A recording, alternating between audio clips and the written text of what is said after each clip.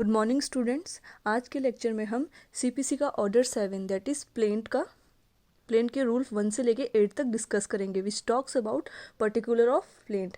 और आने वाले लेक्चर में हम डिस्कस करेंगे rejection and return of plaint. तो हमने हमारे प्रीवियस लेक्चर में पढ़ा कि अ suit is instituted bye presenting a plaint. तो सूट कैसे इंस्टीट्यूट किया जाता है कोर्ट के अंदर? Bye presenting a plaint. तो आज के लेक्चर में हम पढ़ेंगे कि what are the particulars of plaint. So order 7 lays down details rules regarding the plaint. A plaint must contain the following rule. So under rule 1 it is mentioned that what are the particulars of plaint.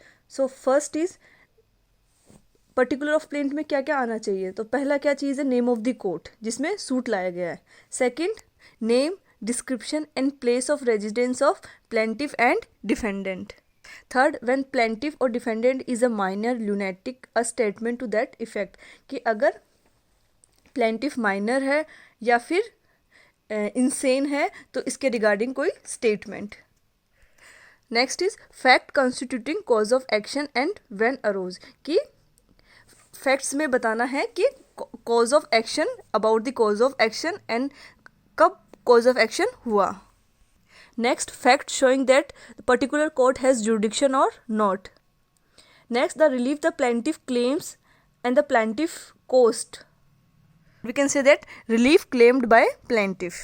Next is in case of set off or relinquish of portion of a claim by plaintiff, the amount so allowed or relinquished. Set of का मतलब ये होता है कि अगर defendant को भी आपको कुछ पैसे देने थे, प्लेंटिफ को कुछ पैसे देने थे, तो उसने वो अमाउंट सेट ऑफ करके एडजस्ट करके, जैसे फॉर एग्जांपल प्लेंटिफ डिमांड कर रहा है, प्लेंटिफ को 1000 रुपीज़ का लॉस हुआ तो उसने डिमांड की रिलीफ 1000 रुपीज़ की, but at the same time plaintiff has to give 200 rupees, उसको डिफेंडेंट को भी 200 रुपीज़ देने थे। तो यहाँ पे उसने क्या किया, 200 रुपीज़ सेट ऑफ करके जो उसको डिफेंडेंट को देने थे, यहाँ पे उसने सिर्फ 800 की रिलीफ क्लेम की। तो अगर ऐसा कुछ सेट ऑफ किया है या कोई पोर्शन ऑफ रिलीफ क्लेम मतलब रेलिंक्विश किया है, हटाया, जैसे हम लोगों ने प्रीवियस लेक्चर में डिस्कस किया कि मतलब जुरिडिक्शन के कारण, मतलब किसी पर्टिकुलर कोर्ट की जुरिडिक्शन में किसी केस को लाने के लिए प्लेंटिफ एक पोर्शन ऑफ रिलीफ रेलिंक्विश कर सकता है, हटा सकता है। तो अगर ऐसा कुछ प्लेंटिफ ने किया है तो he has to specifically state in his plaint. Next is statement of the value of the subject matter of the suit for purpose of jurisdiction and court fees, कि आपका जो सूट का जो वैल्यू है, सब्जेक्ट मैटर की जो value है, that has to be mention for determining the jurisdiction of court, की मतलब कि वो कोर्ट की जुरिडिक्शन में है या नहीं है। फॉर एग्जांपल सिविल मैटर में आपने कॉन्ट्रैक्ट किया और वो कॉन्ट्रैक्ट है 5 लाख रुपीज़ का, तो 5 लाख रुपीज़ का है तो राजस्थान में क्या होगा, ये civil court of senior division के पास जाएगा। अगर 5 लाख से ज़्यादा होता है तो डिस्ट्रिक्ट जज के पास जाएगा। अगर 2 लाख से कम होता है तो civil court of junior division के पास जाएगा। तो for determining the pecuniary jurisdiction you have to mention, the plaintiff has to mention the value of subject matter of his suit and for simultaneously for determining the court फी।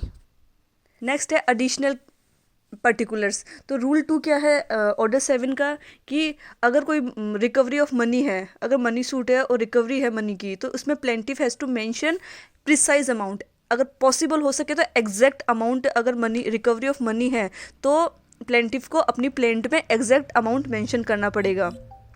और अगर mean profit है, मैसने profit में क्या करना पड़ेगा, या फिर movable property के रिगार्डिंग है, कोई केस है जो मैसने प्रॉफिट की रिकवरी के लिए है, मूवेबल प्रॉपर्टी की रिकवरी के लिए है, तो there is no need to mention the exact amount, just एक अप्रॉक्सीमेट अमाउंट प्लेंट में मेंशन कर सकता है प्लेंटिफ।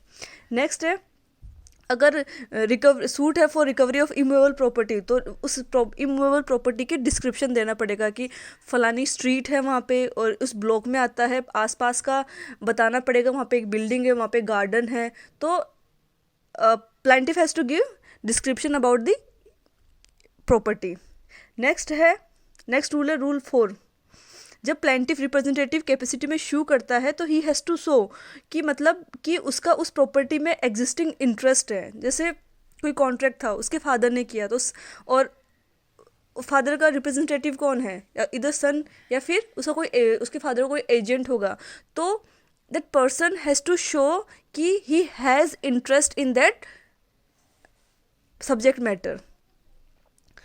रूल 5 ये कहता है कि डिफेंडेंट प्लेंटिफ को अपनी प्लेंट में डिफेंडेंट का भी उस सब्जेक्ट मैटर के अंदर इंटरेस्ट की, मतलब डिफेंडेंट का भी इस मैटर में इंटरेस्ट था, प्लस उसकी लाइबिलिटी शो करनी पड़ेगी। जैसे डिफेंडेंट के साथ प्लेंटिफ ने कॉन्ट्रैक्ट किया, तो कॉन्ट्रैक्ट में कि मतलब ये दोनों they both parties enter into a contract, plaintiff and defendant, तो दोनों के राइट्स एंड ऑब्लिगेशन थे, तो डिफेंडेंट के भी कुछ इंटरेस्ट होंगे उस subject matter of the contract.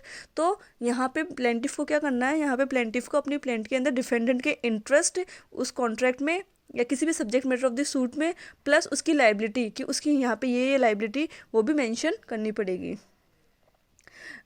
Rule 6 कहता है grounds for exemption from limitation period. अगर जैसे फॉर एग्जांपल कोई केस है, तो जो लिमिटेशन एक्ट है उसमें बोल रखा है कि 2 साल के अंदर अंदर ये केस लाना चाहिए, पर किसी कारणवश या एक्सेप्शन सर्कमस्टांसिस में प्लेंटिफ वो केस 2 साल के अंदर नहीं लेके आ पाया, तो प्लेंटिफ को वो चीज़ मेंशन करनी पड़ेगी, वो ग्राउंड मेंशन करना पड़ेगा कि there was a reasonable ground कि वो उस केस को विदिन पीरियड ऑफ लिमिटेशन नहीं लेके आ पाया, और ग्राउंड मेंशन करना पड़ेगा जिस पे उसने एग्जम्पशन क्लेम किया है। रूल 7 बोलता है कि कोई भी प्लेंटिफ प्लेंट में जब रिलीफ क्लेम कर रहा है तो वो स्पेसिफिकली होनी चाहिए, ऐसा नहीं कि ऐसा हुआ था, ये हुआ था, इतना नहीं, ही हैज़ टू स्पेसिफिक होना चाहिए रिलीफ क्लेम करने के लिए। रूल 8 बोलता है कि अगर प्लेंटिफ अपनी प्लेंट पे डिफरेंट ग्राउंड्स पे रिलीफ क्लेम कर रहा है तो वो उन ग्राउंड्स को स्पेसिफिकली क्लियरली मेंशन करेगा कि इस ग्राउंड पे ये रिलीफ क्लेम की जा रही है, और इस ग्राउंड पे ये रिलीफ क्लेम की जा रही है, और इस ग्राउंड पे ये रिलीफ क्लेम की जा रही है। तो अगर अलग अलग ग्राउंड पे अलग अलग रिलीफ है तो उनको स्पेसिफिकली मेंशन करना पड़ेगा। रूल 9 है प्रोसीजर ऑन एडमिटिंग प्लेंट। तो रूल 9 बोलता है कि after the plaint is admitted the plaintiff shall present as many copies of the plaint on plain paper as there are defendant within 7 days from the date of such order, and he shall pay the requisite fees for service of summon on the defendant. कि मतलब अगर plaintiff की plaint admit हो जाती है, तो जैसे उसके डिफेंडेंट जैसे 5 डिफेंडेंट है तो उसको 5 प्लेंट प्रेजेंट करनी पड़ेगी कोर्ट के अंदर, 5 प्लेंट देनी पड़ेगी विद इन 7 days, प्लस जो समन के लिए जो सर्विस ऑफ समन के लिए जो रिक्वेसाइड फीस है वो भी देनी पड़ेगी। सो आज के लेक्चर में हमने पढ़ा पर्टिकुलर्स ऑफ द प्लेंट। तो पर्टिकुलर्स ऑफ द प्लेंट में हमने पहले ऑर्डर 1 में बताया था कि क्या क्या कंटेंट होना चाहिए, अगर मनी सूट है तो एग्जैक्ट अमाउंट होना चाहिए, अगर मेसने प्रॉफिट या मूवेबल प्रॉपर्टी के लिए है तो आप अप्रोक्सीमेट अमाउंट मेंशन कर सकते हैं। फिर नेक्स्ट था अगर इमूवेबल प्रॉपर्टी का रिगार्डिंग कोई सूट है तो आप डिस्क्रिप्शन ऑफ द प्रॉपर्टी देंगे।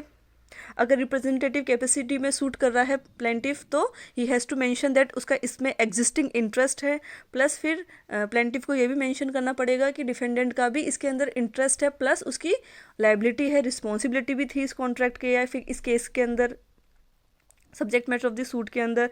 फिर है अगर प्लेंटिफ ने कोई एग्जम्पशन क्लेम किया है कि अगर लिमिटेड पीरियड के बियॉन्ड कोई केस फाइल कर रहा है, जैसे कोई किसी केस का था कि 2 साल के अंदर अंदर केस लेके आना है, पर वो 2 साल के बाद केस लेके आ रहा है, तो वो एग्जम्पशन का ग्राउंड मेंशन करेगा, और कोई भी जो रिलीफ क्लेम की गई है उसको स्पेसिफिकली लिखा जाएगा प्लेंट के अंदर। फिर अगर डिफरेंट ग्राउंड्स पे रिलीफ क्लेम की है तो वो ग्राउंड्स को क्लियरली मेंशन करना पड़ेगा प्लेंट के अंदर कि इन डिफरेंट ग्राउंड्स पे रिलीफ क्लेम की गई है। फिर अगर जब प्लेंटिफ की प्लेंट एडमिट हो जाती है तो जितने डिफेंडेंट्स हैं उतनी कॉपीज़ प्लेंटिफ की प्लेंट की प्रोवाइड करवानी पड़ेगी प्लेंटिफ को, प्लस जो समन की सर्विसेज के लिए जो फीस है वो देनी पड़ेगी। सो आज के लेक्चर में इतना ही। That's all for today. Thank you.